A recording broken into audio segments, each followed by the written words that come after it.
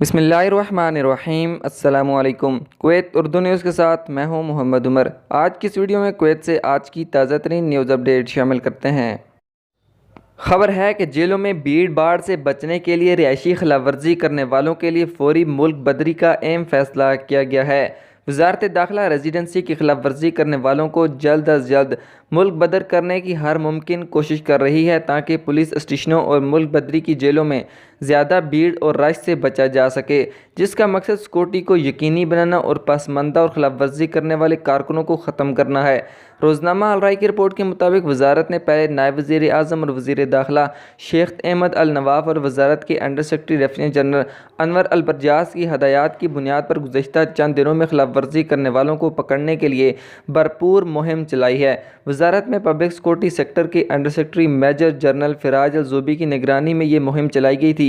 वजारत के ज़राए के मुताबिक हालिया हिफाजती महामात में कुवैत में अवामी इत्मीनान हासिल किया है, क्योंकि ख़ास तौर पर चूँकि रेजिडेंसी की खिलाफ वर्जी करने वाले और मुजरमाना रिकॉर्ड रखने वाले अफराद कुवैती शहरियों और रिहायशियों के लिए ख़तरे का बायस थे।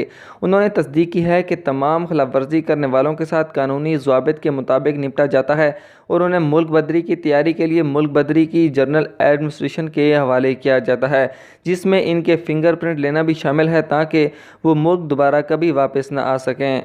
अगली खबर शामिल करते हैं कि public authority of man power का कहना है कि 3 साल के बाद भर्ती होने वाले गैर मुल्की कारकुनों की वर्क परमिट की मुंतकिली मुअत्तल की जा सकती है।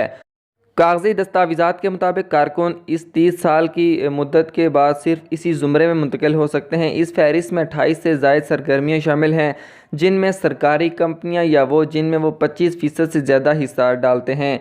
नेज़ अस्पताल, pharmacy, medical laboratories, bank, insurance कंपनियां, बैंक, निजी कॉलेज, यूनिवर्सिटियां, निजी स्कूल और तरबियती अदारे शामिल हैं। अगली खबर की जानिब बढ़ते हैं कि कुवैत वज़ारत दाखिला, जिसकी नुमाइंदगी एक मुश्तरका सफरीकी कमेटी ने की है, ने एमडी गवर्नरेट में मुख्तलिफ कुमीतों के 3 गैर मुल्कियों को गिरफ़्तार करने में कामयाबी हासिल की, जो एक जैली नौकरानी का दफ्तर चला रहे थे। इसके अलावा हौली के इलाके में एक बेकारी को मंशियात रखने पर भी गिरफ़्तार कर दिया गया है। तमाम मुश्तबा अफराद को मुतल्लिका अहकाम के हवाले कर दिया गया है, जहाँ इनके खिलाफ ज़रूरी कानूनी कार्रवाई की जाएगी।